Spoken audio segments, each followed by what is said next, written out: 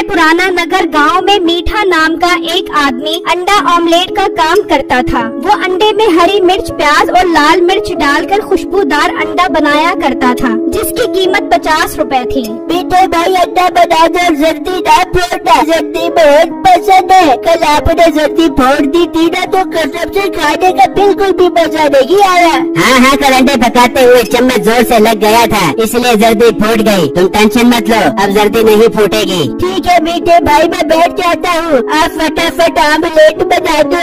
फिर वो आदमी बैठ जाता है और मीठा अंडा बनाता है, तो फिर दोबारा उसकी जल्दी फूट जाती है। अबे धत तेरे की फिर जल्दी फूट गई। अब ये खाते हुए नखरे करेगा। एक तो खाते 50 रुपए वाले अंडे हैं और नखरे पूरे 100 रुपए के करते हैं। और गर्मू जरा यहाँ। उसका मुलाजिम आता है। जो मालिक हुक्म करे। गर्मू वो ग्राहक देख रहा है ना, उसके पास ये अंडा लेकर जा और अंडा टेबल पर रखने से पहले उससे 50 रुपए ले ली। ठीक है मालिक, मैं ऐसा ही करता हूँ। फिर कर्मू अंडा लेकर उस ग्राहक के पास जाता है। वो भाई जान, आपका अंडा तैयार हो गया है, 50 रुपए दे दो। अरे भाई पहले खाने तो दो, फिर दूंगा पैसे। नहीं, पहले पैसे फिर अंडा मिलेगा। ये तुमने अजीब ड्रामा बना लिया है। अच्छा चलो ये लो 50 रुपए। कर्मू उससे पैसे लेकर अंडा रख देता है। ये क्या, ये तो फिर अंडे की जल्दी फूट गई। मुझे नहीं खाना ये अंडा, मुझे और साबुत जल्दी वाला अंडा बना कर दो।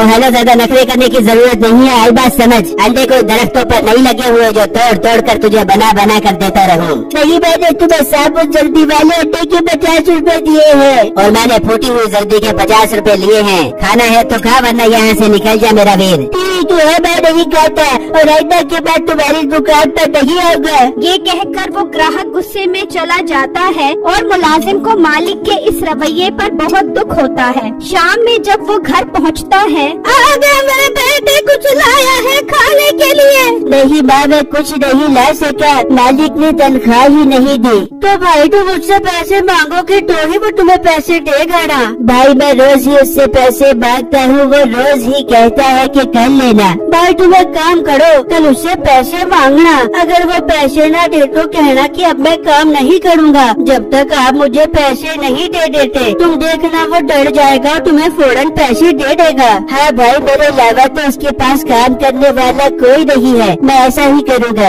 वहाँ मीठा शाम में अपने होटल के लिए अंडे थोक के हिसाब से लेने पहुँच जाता है। आओ बेटे आओ, इस बार पूरे 5 दिन बाद अंडे लेने आए हो। हाँ सेठ साहब, महंगाई होने की वजह से ग्राहक काफी कम हो गए हैं, जिससे आमलेट की सेल में काफी फर्क पड़ गया है, इसलिए ही इस बार लेट हो गया। हाँ बेटे, महंगाई तो काफी है, लेकिन तेरे लिए एक ऑफर है। कैसी ऑफर सेठ साहब? अगर तू अंडों के 50 का रेट लेगा तो तुझे आधी कीमत पर मिलेंगे। कैसी लगी मेरी ऑफर? अरे वाह सेठ साहब, ये तो बहुत अच्छी ऑफर है। इस तरह तो मुझे बहुत फायदा होगा। आप दे दो मुझे 50 का रेट। ठीक है बेटे, तू 50 का रेट के पैसे जमा करवा दे, मैं 50 का रेट तेरे घर भिजवा देता हूँ। फिर मीठा उसको पैसे देकर चला जाता है और अपने घर आ जाता है। हाँ बेगम, खाने में क्या बना है? बहुत जोर की भूख लग रही है। मीठे अंडों का सालन बनाया है। क्या अंडों का सालन? तुझे कोई और चीज नहीं मिलती बनाने के लिए? दुकान पर भी सारा दिन अंडों की शक्ल देखता हूँ, अब क्या घर में भी अंडों की शक्ल देखूँ? दे दिया कर मुझे 1000 रुपए रोज का खर्चा बढ़ा के दे दूंगी तुझे मुर्ग मुसल्लम में 200 रुपए में तो ये अंडे बड़ी बात बन गए। अच्छा, मेरा बहस करने का मूड नहीं है, तू अंडा ही खिला दे। वो बात कर रहे होते हैं कि अंडों वाला 50 क्रेट लेकर आ जाता है। वाह, बहुत तेज सर्विस है तेरी। चल शाबाश, सारे क्रेट अंदर रख दे। फिर वो आदमी क्रेट अंदर रखना शुरू कर देता है। बेटा, ये कितने सारे अंडों के क्रेट मंगवा लिए तूने? और बेगम, आधी कीमत पर मिल रहे थे अंडे। मैंने सोचा मौके का फायदा उठाना चाहिए, इसलिए मैंने 50 क्रेट बुक करवा दिए। बेटा, अंडे बेचने भी जहाज में नहीं रखने। हाँ बेगम, तो फिक्र मत कर, सारे अंडे बिक जाएंगे। तो खाना लगा, भूख बर्दाश्त नहीं हो रही। फिर मीठा खाना खाने के लिए बैठ जाता है और इतनी देर में रात हो जाती है। फिर अगले दिन मीठा अपनी दुकान पर आकर खड़ा हो जाता है तो कर्मू आ जाता है। मालिक, मैंने आपसे बहुत जरूरी बात करनी है। हाँ बोल, क्या बात है? मालिक, मुझे आज मेरी तनख्वाह दे दो, घर में खाने पीने के लिए कुछ भी नहीं है, मुझे पैसों की बहुत जरूरत है। और तुझे पैसों के अलावा और कोई काम नहीं है? जब देखो पैसा पैसा, बेटा काम पर ध्यान दे,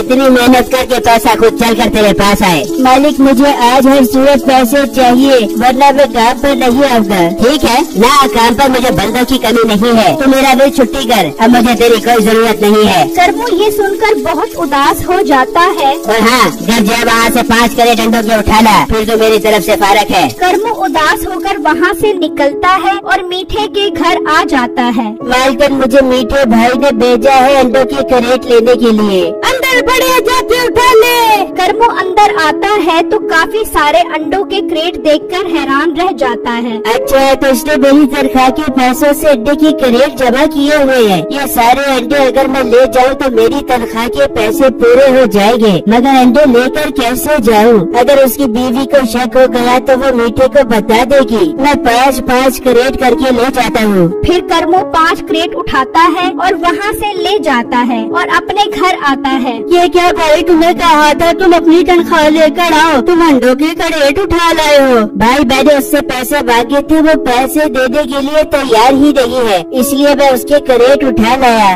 मगर 5 कैरेट से तुम्हारे पैसे कैसे पूरे होंगे? भाई अभी 45 कैरेट और पड़े हैं, वो भी किसी तरीके से उठाने हैं, तुम मेरा साथ दो ना। फिर वो दोनों प्लान करते हैं और बिट्टू आमिल बाबा बनकर नसीबों के घर आ जाता है। तू कौन है बाबा?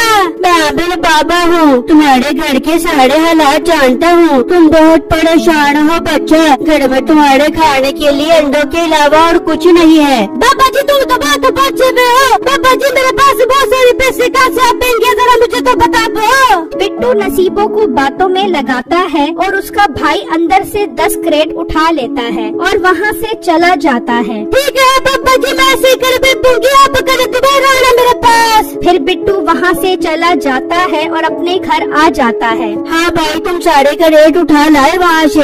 अरे भाई अभी तो 35 कैरेट वहाँ पड़े हैं, आप वापस क्यों आ गए? उसे बातों में लगा कर रखते। भाई उसको शक हो रहा था, इसलिए मैं वापस आ गया। अच्छा मेरे पास एक और प्लान है, तुम तैयारी करो। फिर बिट्टू खुसरा बन जाता है और नसीबों के घर पहुँचता है। जीवे तेरे बच्चे जीवे, अल्लाह रखे बच्चे जीवे, दे दे मुझे कुछ, दे दे अंडे खा कर तेरे बच्चे जीवे। ओ खुसरे फुसरे तू कहाँ से आ गया? अभी तो मैं 16 साल की जवानी लड़की हूँ, बच्चे कहाँ से आ गए मेरे? बिट्टू उसे बातों में लगा कर रखता है और उसका भाई 15 क्रेट मजीद उठा लेता है और घर चला जाता है। बेटा अब कितने कैरेट रह गए हैं? अम्मी जान अब बस 20 कैरेट रह गए हैं, इससे पहले कि भाई वापस आए मैं जा रहा हूँ उठाने। करमू घर से बाहर निकलता है तो बिट्टू आ रहा होता है। भाई आप क्यों वापस आ गए? अभी 20 कैरेट और उठाने थे। ओ भाई तो और उसे कितना बातों में लगाता, तुम फिक्र क्यों करते हो? मेरे पास एक और प्लान है, तुम तैयारी करो। फिर बिट्टू एक कुत्ता लेकर वहाँ जाता है और वो नसीबों पर भौंकने लगता है। अरे कुत्ता कहाँ से आ गया? भाग नसीबो भाग, अगर कुत्ते ने काट लिया तो डॉक्टर तेरे पेट में 12 टिक्के ठोक देगा। नसीबो आगे आगे और कुत्ता पीछे पीछे। इस मौके का फायदा उठाते हुए वो दोनों अंदर से बाकी के 10-10 क्रेट भी उठा लेते हैं और घर आ जाते हैं। वहाँ मीठा अपनी दुकान पर खड़ा सोच रहा होता है, ये करमू अभी तक वापस क्यों नहीं आया? मैं घर जाकर देखता हूँ। मीठा जब घर आता है तो वहाँ कोई भी अंडों का क्रेट नहीं होता। मीठा जैसे बाहर आता है तो नसीबों के पीछे कुत्ता होता है। ये कुत्ता कहाँ से आ गया?